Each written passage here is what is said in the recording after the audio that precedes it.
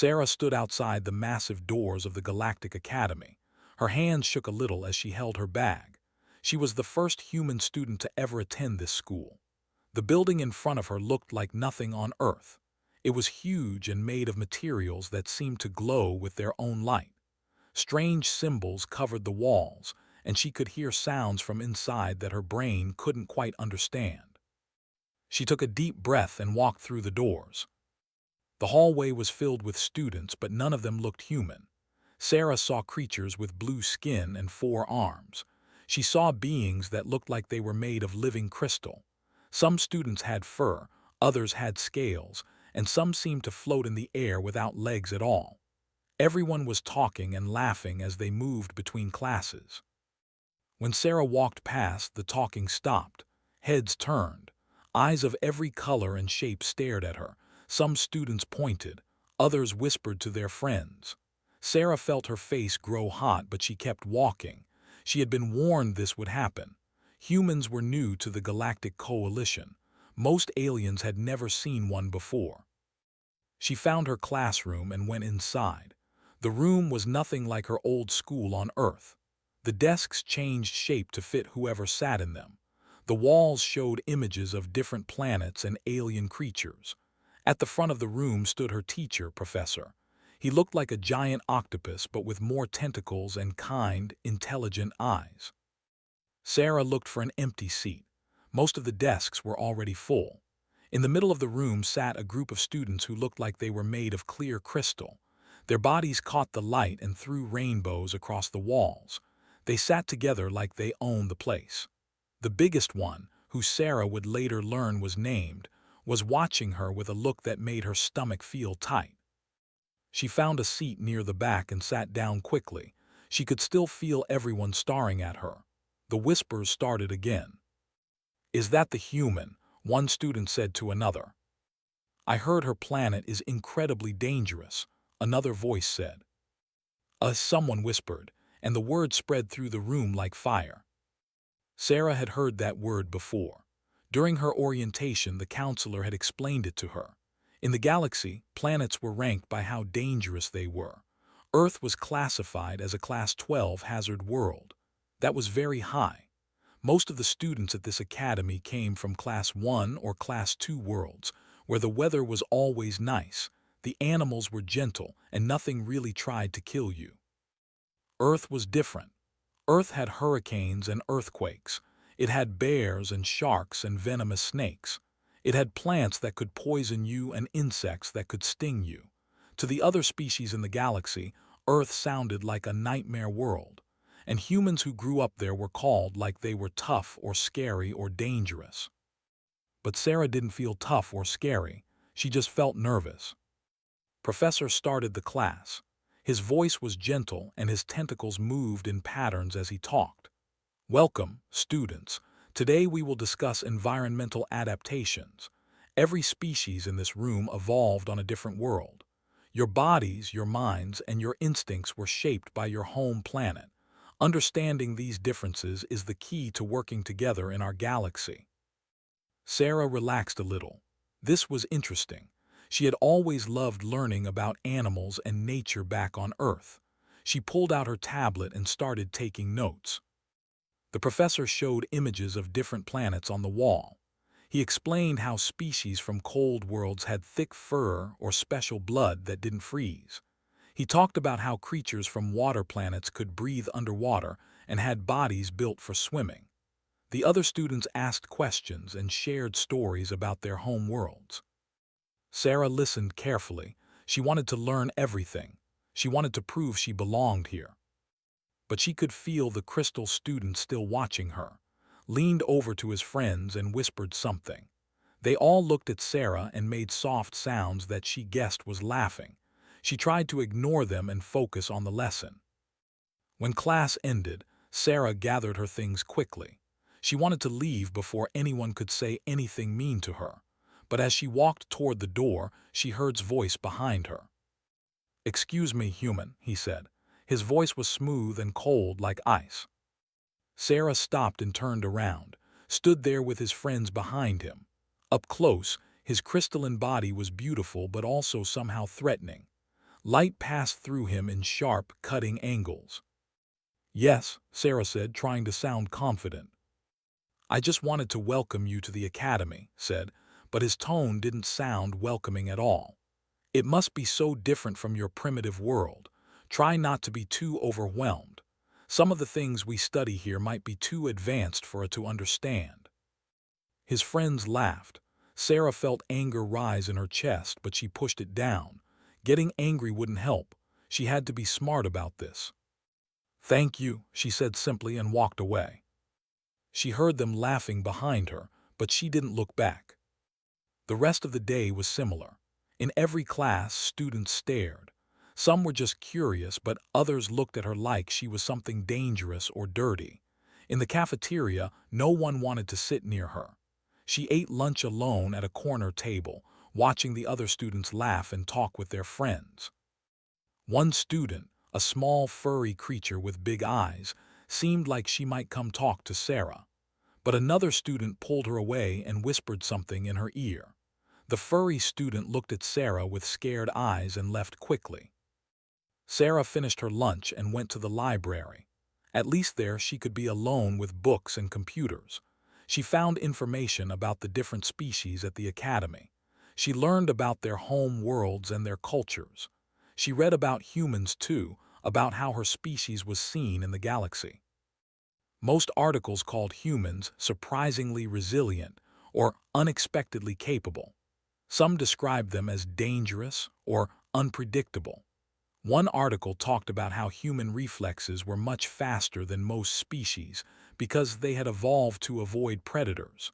Another discussed how humans could eat things that would poison other aliens. Sarah didn't know if she should feel proud or insulted. When the school day ended, she walked back to her small apartment near the campus. The apartment was designed for alien students, so nothing fit quite right. The bed was too soft, the lights were the wrong color, and the temperature controls didn't go low enough for her comfort. But it was hers, and she was grateful for it. She sat by the window and looked out at the alien city below. Ships flew between buildings. Holographic signs advertised things in languages she couldn't read. 3 moons hung in the purple sky. Sarah pulled out her phone, which was modified to work across the galaxy. She called her mom back on Earth. Her mother's face appeared on the screen, and Sarah felt tears starting to form in her eyes. "How was your first day, honey?" her mom asked. "It was okay," Sarah said, not wanting to worry her. "Just different, really different." Her mom smiled. "I know it's hard being the first, but you're going to do great things there. You're going to show them what humans can do." They talked for a while about home, about Sarah's little brother and the family dog. It made Sarah feel better but also more homesick. After the call ended, Sarah made herself dinner. She had brought food from Earth because she couldn't eat most alien food. As she ate, she thought about and his friends. She thought about the stares and the whispers. She thought about the word and how everyone said it like it was something bad. But Sarah made herself a promise. She would work hard. She would learn everything she could. She would prove that humans belonged in the galaxy. She wouldn't let bullies make her give up. She didn't know it yet, but very soon she would get her chance to show everyone exactly what it could do. And it would happen in a way that no one, especially not, would ever expect. Sarah finished her dinner, did her homework, and went to bed. Tomorrow was another day, and she would be ready for it. 3 days had passed since Sarah's first day at the academy. She was starting to learn her way around the huge building. She knew which hallways to take to avoid the crowds. She knew where the quiet study rooms were. She had even made one friend, a shy student named Pip who came from a peaceful water world. But most students still avoided her, and his group of crystal friends seemed to enjoy making her life difficult. In the cafeteria, they would sit near her and talk loudly about how dangerous and primitive Earth was. In the hallways, they would pretend to be scared when she walked past, making exaggerated gasping sounds. It was childish, but it still hurt. Sarah tried to ignore them and focus on her studies. She was actually doing well in her classes. Her test scores were high. She always did her homework on time. In her xenobiology class with Professor, she often knew the answers to his questions. She had studied hard before coming to the academy, and it was paying off. Professor seemed to like her. His tentacles would wave in happy patterns when she participated in class discussions. He had even complimented her essay on planetary ecosystems. This made Sarah feel good, but it also made more annoyed with her. On the morning of her fourth day, Professor made an announcement that changed everything. "Students," he said, his tentacles waving to get everyone's attention, "today we will have a practical examination. You will work in pairs to handle and identify real specimens from various worlds. This will test your knowledge and your ability to work safely with alien life forms." The classroom buzzed with excitement and nervous energy. Sarah felt her heart beat faster. A practical exam with real creatures. This was exactly the kind of thing she loved. Back on Earth, she had spent countless hours at nature centers and wildlife sanctuaries. She had held snakes and lizards. She had helped rescue birds and rehabilitate injured animals. This exam didn't scare her at all. "I will assign the pairs randomly," Professor continued. Students groaned. Everyone wanted to work with their friends. The professor started reading names from his list. Sarah waited, hoping she would get paired with Pip or maybe one of the other quiet students who didn't seem to hate her. "Sarah," the professor said, and Sarah sat up straight, "you will work with." Sarah's stomach dropped. She looked over at who was looking back at her with a strange expression on his crystalline face. It wasn't the usual look of disgust or mockery. It was something else, something that made Sarah feel worried. Friends were whispering to each other and glancing at Sarah. They seemed excited about something. That couldn't be good. The class moved to the laboratory section of the room. Long tables held clear containers of various sizes. Inside the containers were creatures from different planets. Sarah could see plants that glowed, small animals that looked like floating bubbles, and things that were hard to describe. She walked to the station where was waiting. He nodded at her but didn't say anything mean. That was unusual. Always had something nasty to say. "Hello," Sarah said carefully. "Hello, human," replied. His voice was almost friendly, which made Sarah even more suspicious. Professor explained the rules. Each pair would receive several containers.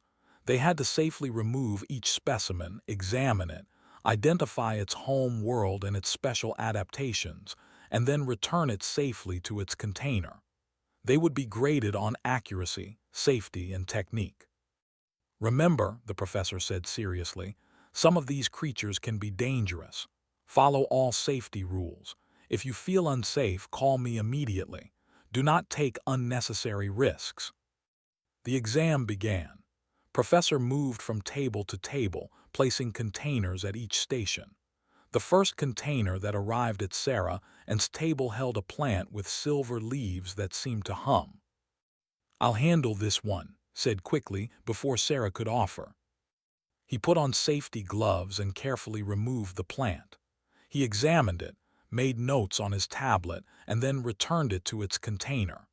He did everything correctly, but he was moving slowly and carefully, like he was afraid the plant might explode. Sarah wanted to help, but kept insisting he would handle everything. She ended up just taking notes and watching him work. It was frustrating, but she didn't want to cause a problem. The second specimen was a small creature that looked like a butterfly made of light. Again, insisted on handling it alone. Sarah noticed his friends at the next table watching and whispering. Something was definitely going on. Then Professor brought the third container to their table, and the entire laboratory seemed to get quieter. The container was larger than the others. Inside was a creature that Sarah had read about but never seen. It was called a spine crawler. It looked like a mix between a lobster and a scorpion, with multiple legs, large claws, and a long tail covered in sharp spines. The creature was about the size of a cat, and it was clearly angry. It moved around its container rapidly, slamming into the walls and making clicking sounds with its claws. "Ah," Professor said, his voice serious. "The spine crawler. This is one of our most dangerous specimens. It comes from Prime, a Class 9 hazard world. Its spines contain a powerful venom that can paralyze most species. Even experienced have been injured by these creatures." He looked at Sarah and, "You do not have to handle this one if you feel uncomfortable. I can give you a different specimen. There is no shame in recognizing your limits." Sarah looked at the creature. It did look dangerous. Those spines were definitely something to respect, but she had seen videos of these creatures in her studies. She knew how they moved and how they attacked. She felt confident she could handle it safely if needed. Before she could say anything, spoke up loudly. "Professor, I think my partner should handle this one." He turned to look at Sarah, and now she could see the trap clearly in his crystalline eyes. After all, Sarah comes from a, surely someone from such a dangerous planet can handle a simple creature like this. Right, Sarah? The entire laboratory went silent. Everyone turned to look at their table. Sarah could see what was doing. He had been planning this from the moment the professor announced the pairs. He had let her stand back and do nothing for the first two specimens so that now, with the most dangerous creature, she would have to prove herself. If she said no, everyone would think she was weak and that all the stories about dangerous Earth were lies. They would say she was scared and couldn't handle real danger. But if she said yes and something went wrong, she could get hurt. And even if nothing went wrong, probably expected her to be clumsy or nervous or scared. He wanted to embarrass her in front of everyone. His friends at the next table were barely containing their excitement. They had probably planned this together. Get paired with the human, be nice and friendly, then put her in an impossible situation with the most dangerous creature in the lab. It was a smart trap, Sarah had to admit, and she had walked right into it. Professor looked concerned. His tentacles waved in patterns that Sarah had learned meant worry. "Sarah, you don't have to do this. This is not a test of courage. It's a test of knowledge and judgment. Knowing when not to handle a dangerous creature is just as important as knowing how to handle one." Sarah appreciated his words, but she knew the damage was already done. If she backed down now, the next 3 years at this academy would be miserable, and his friends would never let her forget it. Every other student would see her as a fraud. But more than that, Sarah looked at the spine crawler and didn't feel afraid. She felt excited. This was the kind of challenge she had trained for her whole life. Back on Earth, her mother worked for animal control. Sarah had grown up learning how to safely handle creatures that most people feared. She had caught snakes in her backyard. She had relocated spiders from her house. She had helped her mother remove an angry raccoon from a neighbor's attic. This spine crawler was dangerous, yes, but it was also just an animal acting on instinct, and Sarah understood animal instincts. She looked at and saw the expectation in his eyes. He thought she would either refuse or agree and then panic. He had probably never seen a real predator in his life. His world was safe and gentle. He couldn't imagine actually dealing with danger. But Sarah had grown up with danger. It was part of her daily life on Earth. And now she realized that was her advantage. "I'll do it," Sarah said calmly. His crystalline face seemed to flicker with surprise, but then the smug look returned. He stepped back dramatically, giving her space. His friends leaned forward at their table, not wanting to miss the show. Several other students had stopped working on their own specimens to watch. The laboratory felt tense, like everyone was holding their breath. Professor moved closer to their table, ready to intervene if needed.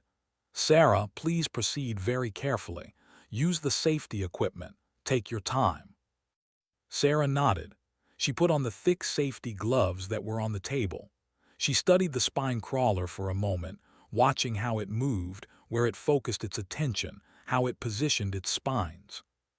Then she reached for the container latch. This was the moment. In the next few seconds, she would either prove herself or become the joke of the entire academy. Stood behind her with his arms crossed, waiting for her to fail. Sarah took a breath, pushed aside her nervousness, and opened the container. The spine crawler lunged forward with shocking speed, its spines extended and its claws reaching for her hand. The spine crawler moved fast, faster than most of the students had ever seen a creature move. Its multiple legs pushed it forward like a spring releasing. Its venomous tail curved up, ready to strike. Its claws reached toward the opening of the container, toward Sarah's hand. For the alien students watching, it looked like certain disaster. Several students gasped.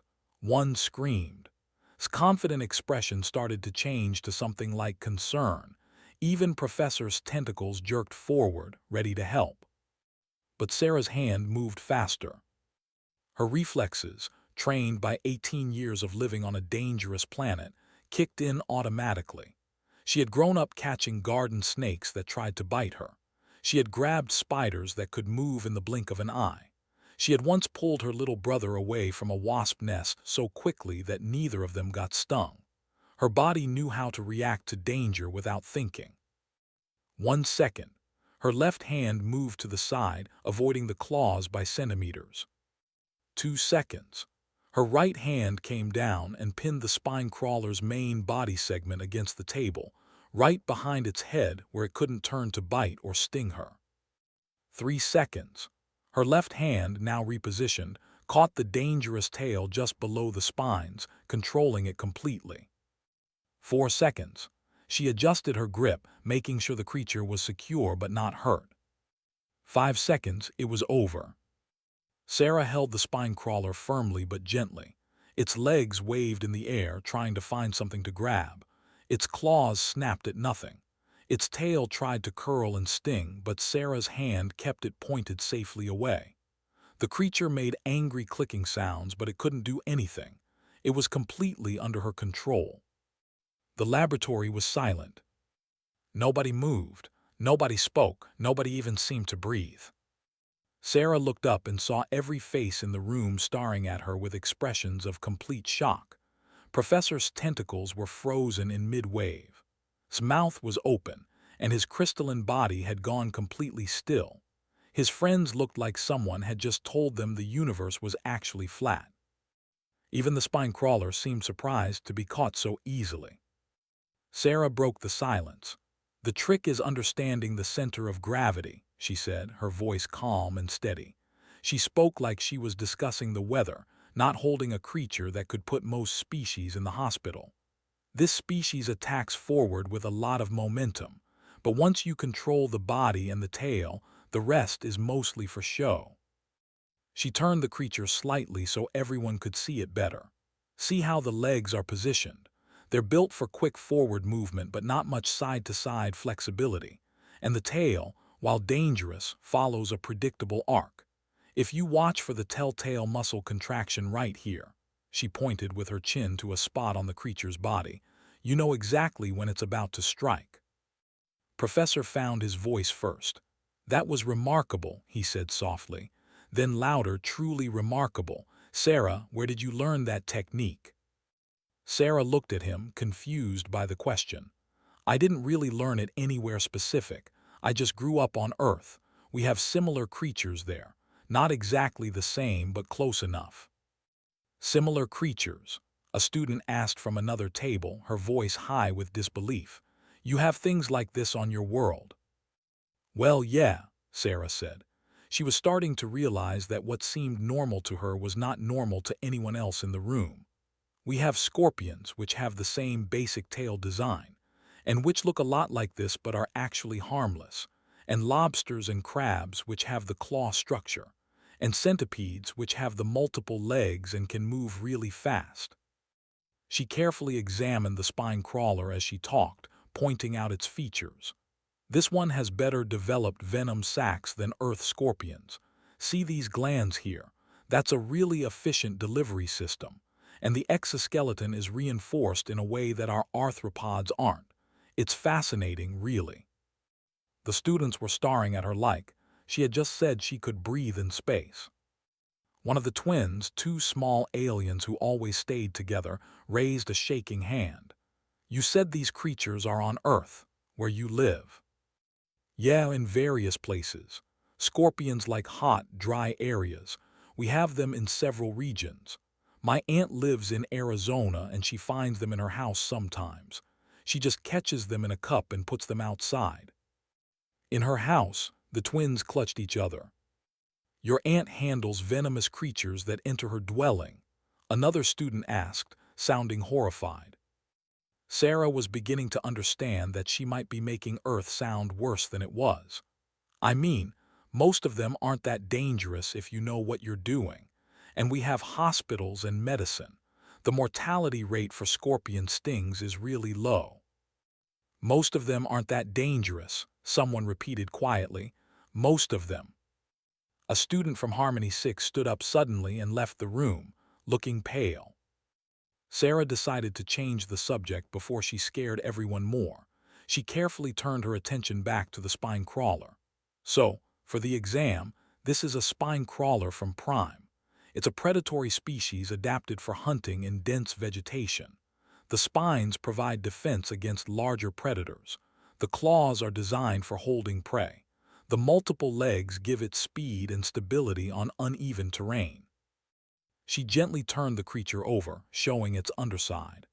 The sensory organs here detect vibrations, which is how it finds prey in low-light conditions.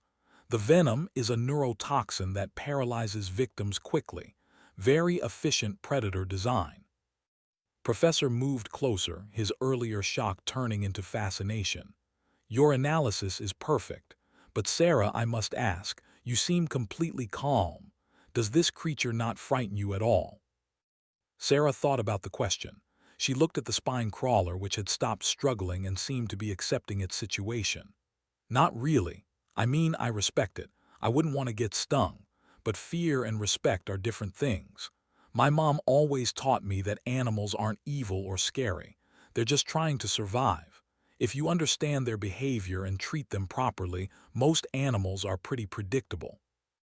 Most animals, said suddenly. His voice sounded strange. You keep saying most. That means some are not predictable. Well, yeah, Sarah admitted. Some animals are more aggressive or unpredictable. That's why you need to learn about each species. Like, back home we have something called a honey badger. Those things are genuinely scary. They don't follow normal fear responses and they'll fight anything, including animals much bigger than them. She noticed everyone was still staring at her, so she continued. But that's pretty rare. Most animals, like this little guy here, are just doing what their instincts tell them. Right now, his instincts are saying he's caught and he should conserve energy. See how he's relaxing. It was true. The spine crawler had stopped trying to escape and was now just resting in her hands, its legs hanging down peacefully. How did you know it would calm down? Professor asked. It's pretty common behavior, Sarah explained. When a predator catches prey, the prey often goes still to conserve energy and look for an escape opportunity. This guy thinks I'm a predator that caught him. Since I'm not hurting him, he's waiting to see what happens next. She smiled at the creature. Don't worry, buddy. I'm just going to look at you a bit more and then let you go back to your container. Sarah spent the next few minutes completing the examination properly. She measured the spine length, noted the color patterns, examined the joint structures, and documented everything on her tablet with one hand while holding the creature with the other. She worked efficiently and confidently, like she had done this 1,000 times before. Stood nearby, completely silent. His earlier smugness had vanished. He looked confused and maybe a little bit ashamed. His friends weren't laughing anymore either. They just watched with wide eyes. When Sarah was done with her examination, she carefully placed the spine crawler back in its container. The creature immediately scuttled to the corner and began cleaning its legs with its claws, completely unbothered by the experience. Sarah sealed the container and removed her gloves. She turned to, "Do you want to verify my notes?" Looked at her, then at the container, then back at her. "No," he said quietly. "I think your notes are probably perfect." Professor approached their table. His tentacles were waving in patterns that Sarah had learned meant excitement and approval.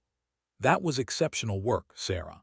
I have been teaching for 30 years, and I have never seen a student handle a spine crawler with such confidence and skill on their first attempt. Most trained require several supervised sessions before they can safely interact with Class 9 species. Thank you, Professor, Sarah said, feeling her cheeks warm. The professor turned to address the whole class. Everyone, please gather around for a moment. This is an important teaching opportunity. The students moved closer, still looking at Sarah like she was a completely different person than they thought she was. Professor gestured at Sarah with one tentacle. What you just witnessed is a perfect example of evolutionary adaptation.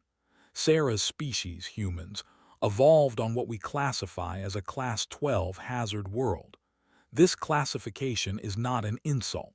It is a scientific measurement of environmental danger. He paused to let that sink in. A Class 12 world means that the native species must deal with multiple categories of lethal threats on a regular basis. Predators, venomous creatures, extreme weather, dangerous terrain, and more. To survive on such a world, humans developed remarkable traits. The professor pointed at Sarah. Enhanced reflexes, pattern recognition, risk assessment, and a calm response to danger. These are not personality traits. They are evolutionary survival mechanisms. Sarah handled that spine crawler so easily not because she is brave, but because her entire species evolved to handle situations like this. It is as natural to her as breathing is to us. Sarah hadn't thought about it that way before. She had just thought she was good with animals. A student raised their hand. Professor, if Earth is so dangerous, how do humans survive at all? Wouldn't most of them be killed by all these threats? An excellent question, the professor said. The answer is that humans are highly intelligent and adaptable. They learn from a young age how to recognize and avoid dangers. They develop technologies and medicines to protect themselves. They build communities and share knowledge. Sarah's calm handling of the spine crawler came from years of education and practice on her home world. He looked at Sarah. Am I correct in assuming you were taught how to handle wildlife as a child? Yes, Professor, Sarah confirmed. My mom works for animal control, so I grew up around it. And we learned about local wildlife in school. It's pretty standard education on Earth. Everyone learns basic safety for the animals and plants in their region. The revelation seemed to shock the class even more. Children on Earth were taught to handle dangerous creatures as standard education. What kind of world was that? Professor continued. This is why we study xenobiology and why diversity is so important in our academy and our galaxy. Every species has unique strengths born from their world. What seems impossible to us might be simple to another species, and what is simple to us might be impossible to them. He smiled at the class. Today, Sarah taught us all something valuable. I hope you will remember this lesson. The class continued with other students completing their examinations, but nobody could focus properly. Everyone kept glancing at Sarah's table, at the container with the spine crawler, and at Sarah herself. The girl from the had just changed everything. The news spread through the academy faster than Sarah could have imagined. By lunchtime, students she had never met were staring at her in the hallways. By the end of the day, someone had posted a video of her handling the spine crawler on the academy's network. By the next morning, everyone knew who she was. But the attention felt different now. Instead of whispers of disgust or fear, Sarah heard whispers of awe and curiosity. Students still stared at her, but now they looked impressed rather than hostile. Some even smiled at her when she walked past. The change was strange and a little bit overwhelming. Sarah was sitting in the cafeteria at lunch, eating her Earth food and trying to process everything, when someone sat down across from her. She looked up and was surprised to see. The crystalline student sat there for a moment without saying anything. He seemed uncomfortable, which was very different from his usual confident attitude. Sarah waited, curious about what he wanted. Finally spoke, Sarah, I owe you an apology. Sarah put down her food. This was unexpected. Continued, his voice quiet enough that only she could hear. I tried to embarrass you yesterday. I requested to be your partner specifically so I could put you in a situation where you would look foolish or weak. I thought it would be funny. I thought you would refuse to handle the spine crawler or that you would try and fail badly. He looked down at the table. Light refracted through his crystalline hands in rainbow patterns. I was wrong, and I was cruel. My behavior was dishonorable. I apologize. Sarah studied him for a moment. She could tell he meant it. His body language was completely different from before. No arrogance, no mockery, just genuine remorse. Why did you want to embarrass me? She asked. What did I do to you? Was quiet for a moment. Nothing, he admitted. You did nothing to me. I think that might be the worst part. He looked up at her. My people, we have been part of the Galactic Coalition for 3,000 years. We consider ourselves one of the founding species. We have always been respected, even admired. He paused. Then humans arrive. A new species from a world so dangerous that it makes our politicians nervous. And everyone starts talking about how impressive humans are, how resilient, how capable. I think I felt threatened, like you were somehow taking away the respect that belonged to my people. Sarah hadn't expected such honesty. So you wanted to prove I wasn't impressive? Yes, said simply. Childish, I know. But when I saw you in class, this small creature I thought you would be easy to embarrass. I thought I could show everyone that the stories about humans were exaggerated. He made a sound that might have been a laugh. Instead, you made me look like a fool. I wasn't trying to make you look bad, Sarah said. I know that makes it worse, shifted in his seat. You were just being yourself, and yourself is remarkable. They sat in silence for a moment. Sarah thought about what he said. She had never considered that her presence might make others feel insecure. She had been so focused on her own nervousness about fitting in that she hadn't thought about how the other students felt. Your apology is accepted, Sarah said finally. And for what it's worth, I think they are impressive too.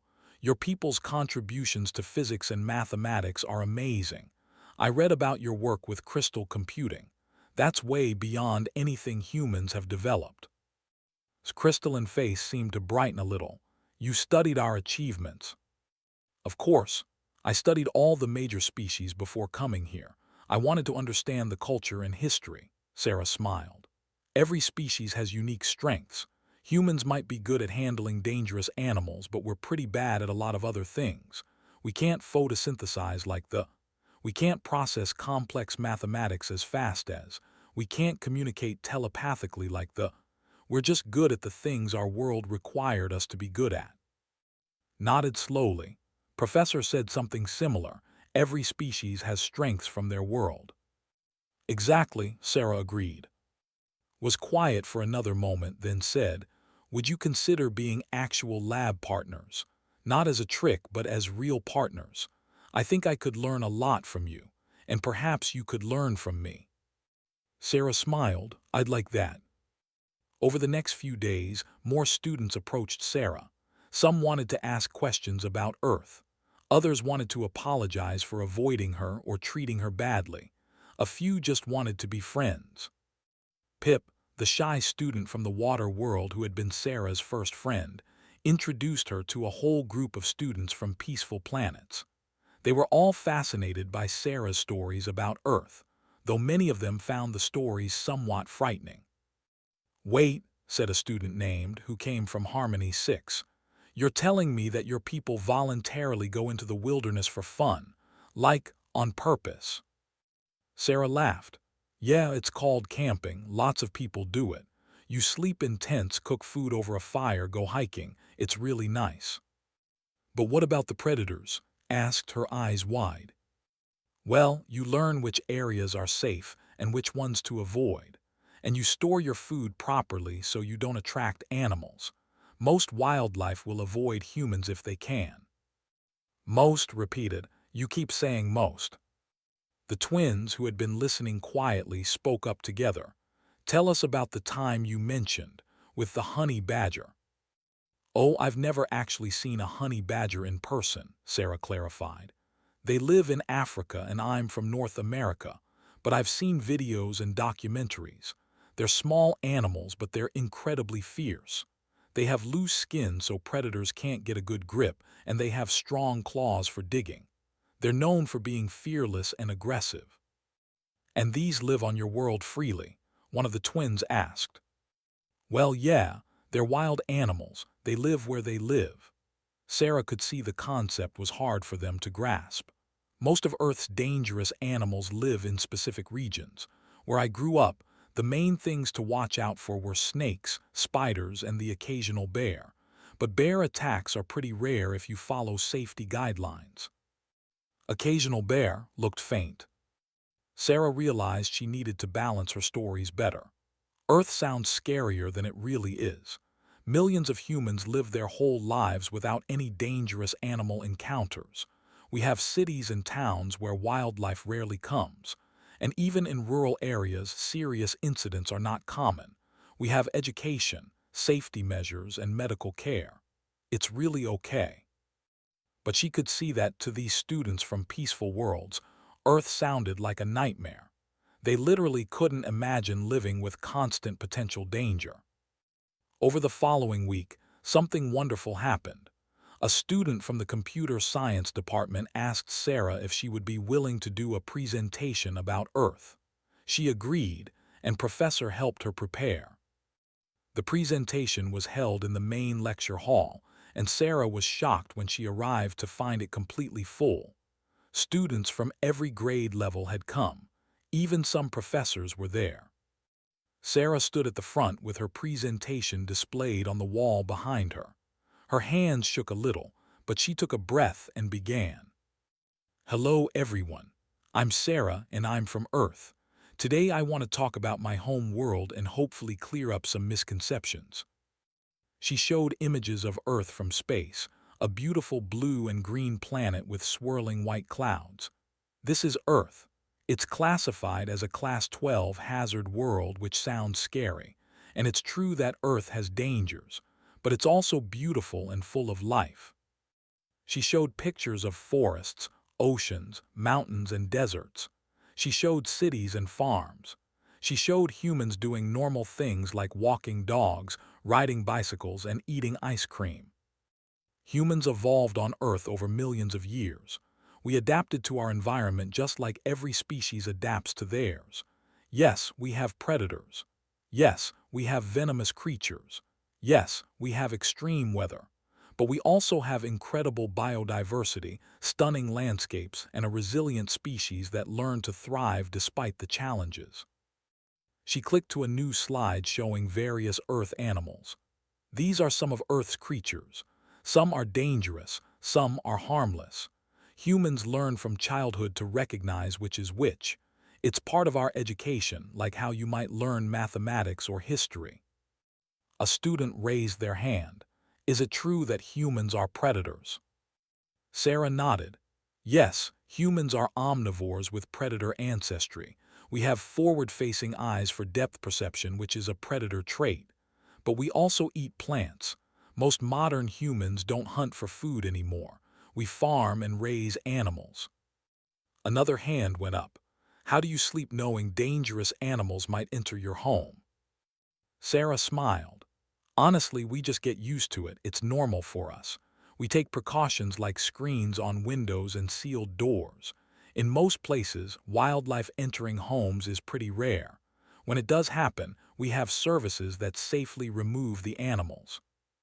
She showed a video of her mother carefully removing a snake from someone's garage. The audience gasped at how calmly her mother handled the snake. "My mother works for animal control. This is her job. She helps both humans and animals by safely relocating wildlife that wanders into human areas. The snake isn't hurt and the humans are safe. Everyone benefits." For the next hour, Sarah talked about Earth seasons, its weather patterns, its ecosystems. She talked about human culture, technology, and history. She showed videos of people surfing, skiing, rock climbing, and exploring caves. Humans like adventure, she explained. Maybe because our world is challenging, we developed a love for pushing ourselves. But we also love comfort and safety. We build homes, create art, make music, tell stories. We're not that different from other species. We just come from a different kind of world. At the end, she opened the floor for questions. Hands shot up everywhere. "What's the most dangerous animal on Earth?" someone asked. Sarah thought about it. Probably mosquitoes, actually.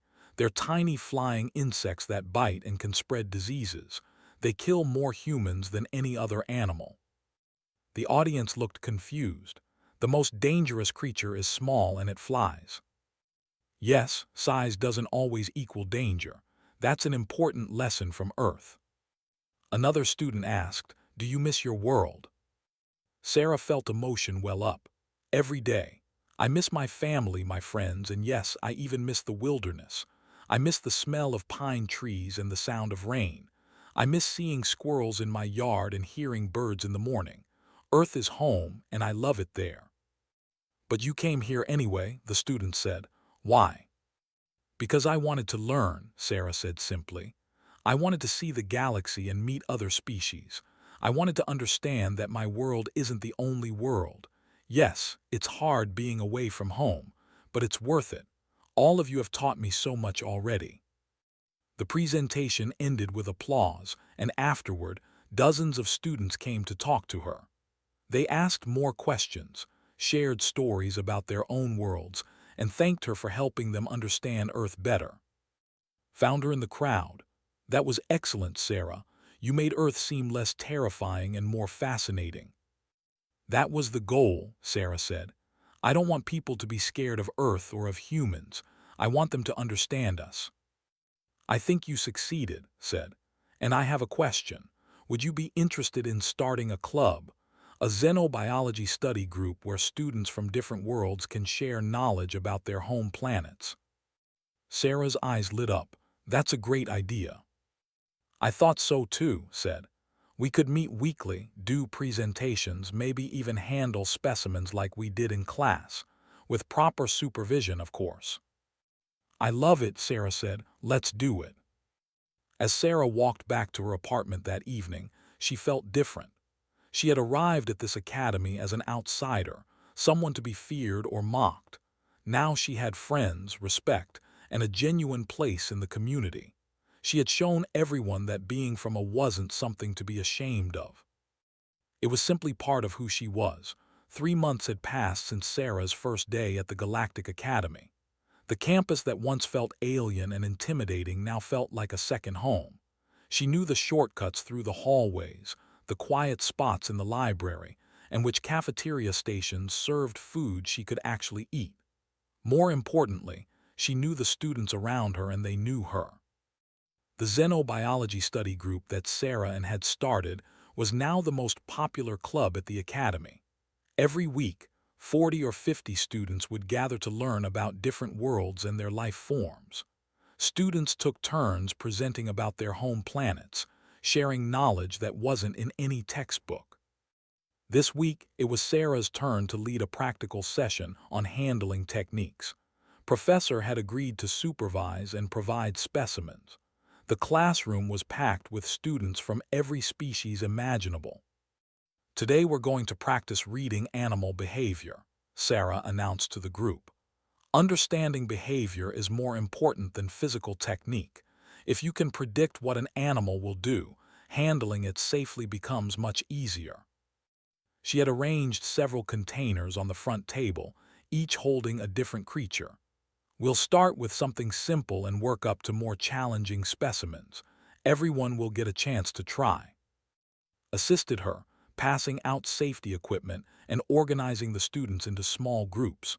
Their friendship had grown strong over the past months.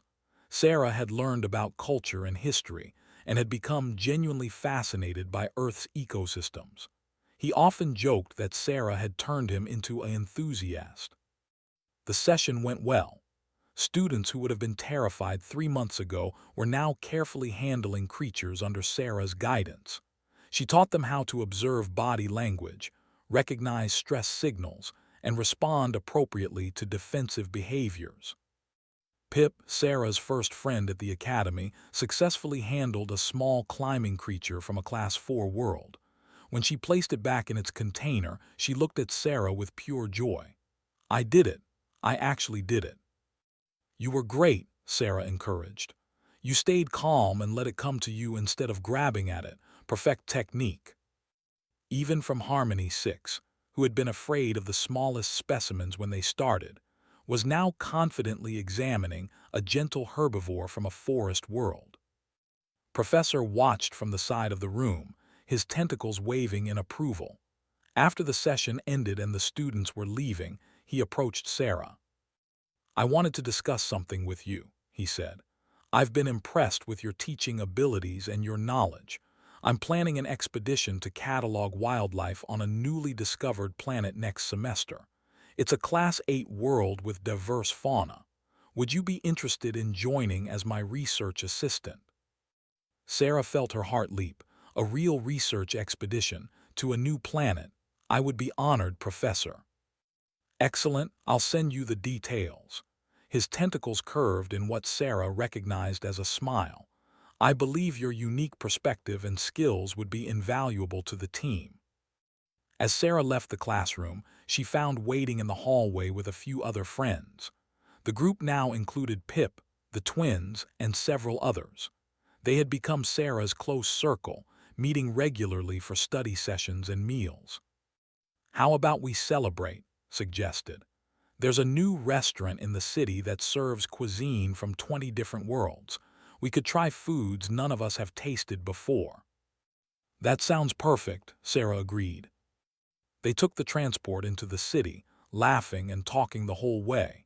The alien cityscape that had once seemed so strange now felt familiar.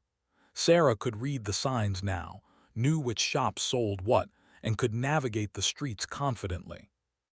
At the restaurant, they ordered a variety of dishes and shared them all. Some were delicious, some were strange, and some Sarah couldn't eat because of her human digestive system. But it didn't matter. They were together, enjoying each other's company and learning about each other's cultures. "I have news," announced during the meal. "My family wants to visit Earth next year. They asked me to reach out to you about safety guidelines." Sarah nearly choked on her food. "Your family wants to visit Earth, really?" "Yes, after hearing all your stories and seeing your presentations, they're fascinated. Terrified but fascinated," smiled. "They want to see it for themselves, with proper preparation, of course." "I would be happy to help," Sarah said, her mind already racing with ideas.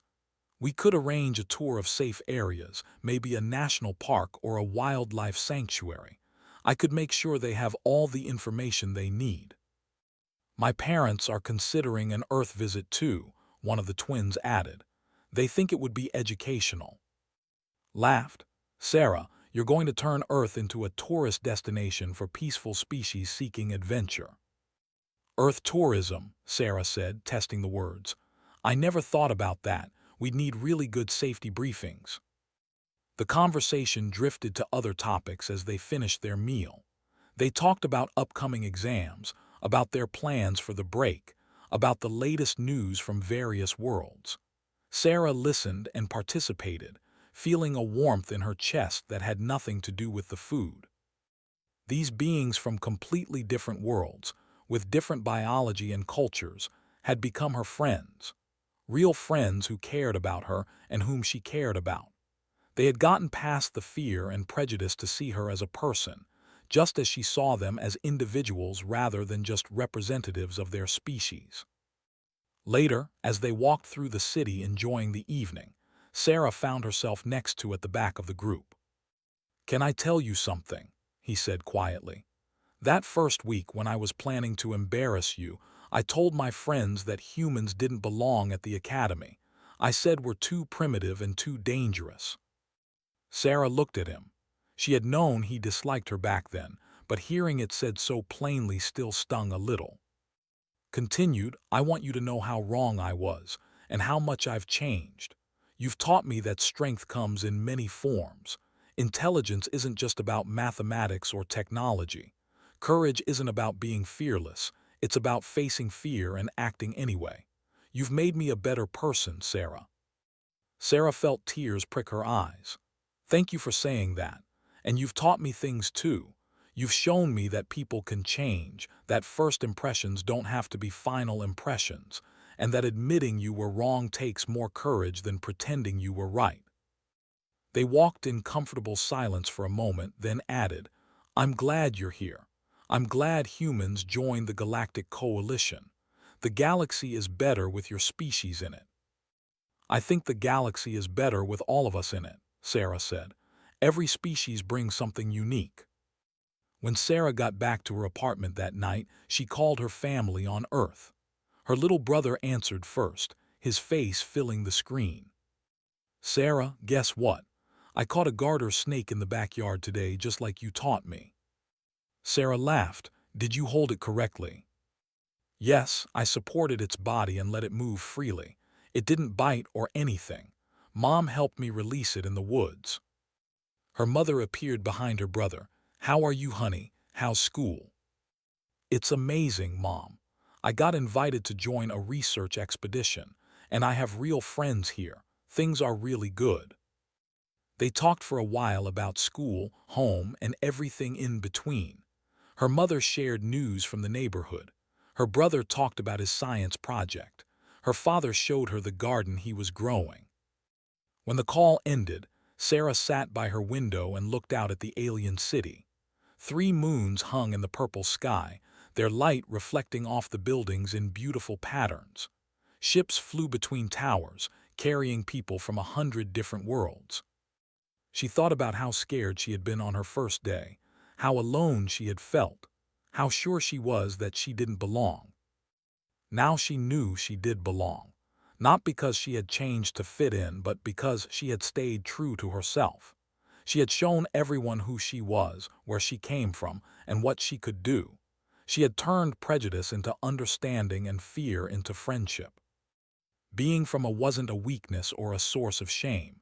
It was part of her identity, part of what made her who she was. Earth had shaped her, given her skills and perspectives that were valuable in the galaxy. But it didn't define all of her. She was more than just a. She was Sarah, student at the Galactic Academy, friend to many species, teacher of wildlife handling, future, and bridge between Earth and the wider galaxy. The next day, Sarah was walking to class when she noticed a new student standing in the hallway, looking lost and nervous. The student was another human, a boy about Sarah's age. He was staring at all the alien students passing by with an expression Sarah remembered well, overwhelmed and scared. Sarah walked over to him. Hi, I'm Sarah, you must be new. The boy looked relieved to see another human face. I'm Tors. I just arrived yesterday, this place is. Overwhelming, Sarah finished. Yeah, I remember, I was the first human student here.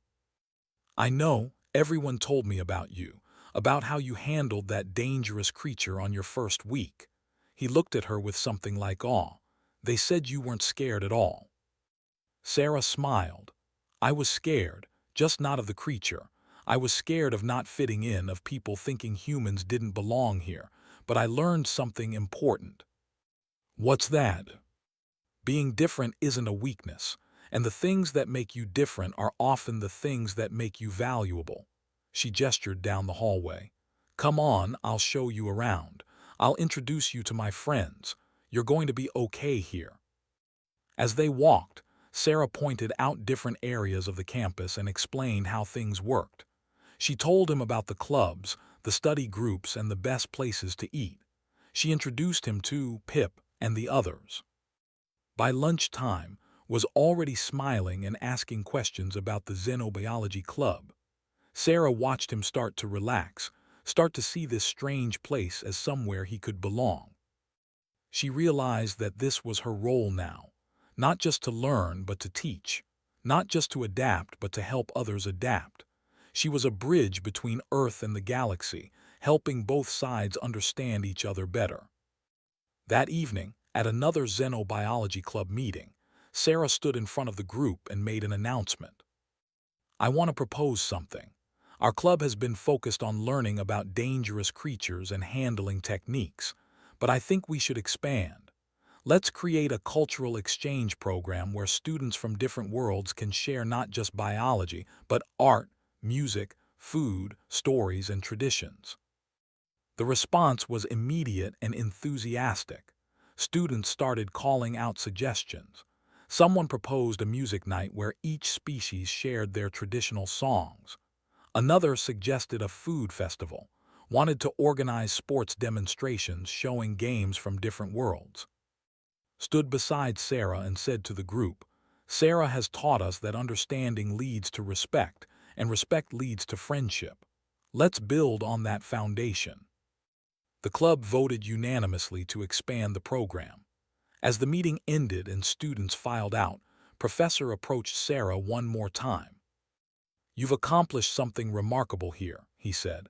"When you arrived, many students feared humans or looked down on. Now those same students are your friends and advocates. You've changed the culture of this academy." Sarah felt humble. "I just wanted to show people who we really are." "And you have. But more than that, you've shown people how to see past their prejudices and fears. That lesson is more valuable than any xenobiology fact." His tentacles waved warmly. "I'm proud to have you as a student, Sarah." That night, Sarah wrote in her journal, something she had been doing since arriving at the academy. Day 95 at Galactic Academy. Today I realized I'm not trying to prove I belong here anymore. I just belong. I have friends who accept me, teachers who respect me, and a purpose that excites me. I miss Earth and I always will. But I've found a second home here among the stars. Being from a used to feel like a burden. Now it feels like a gift. It made me who I am, and who I am is exactly who I need to be. The galaxy is big and strange and beautiful. And I'm part of it now. She closed the journal and looked out at the three moons one more time. Tomorrow would bring new challenges, new lessons, and new opportunities, but she was ready for all of it. Sarah from Earth, the girl who had once been set up to fail and instead succeeded beyond anyone's expectations, was exactly where she was meant to be. And the journey was just beginning.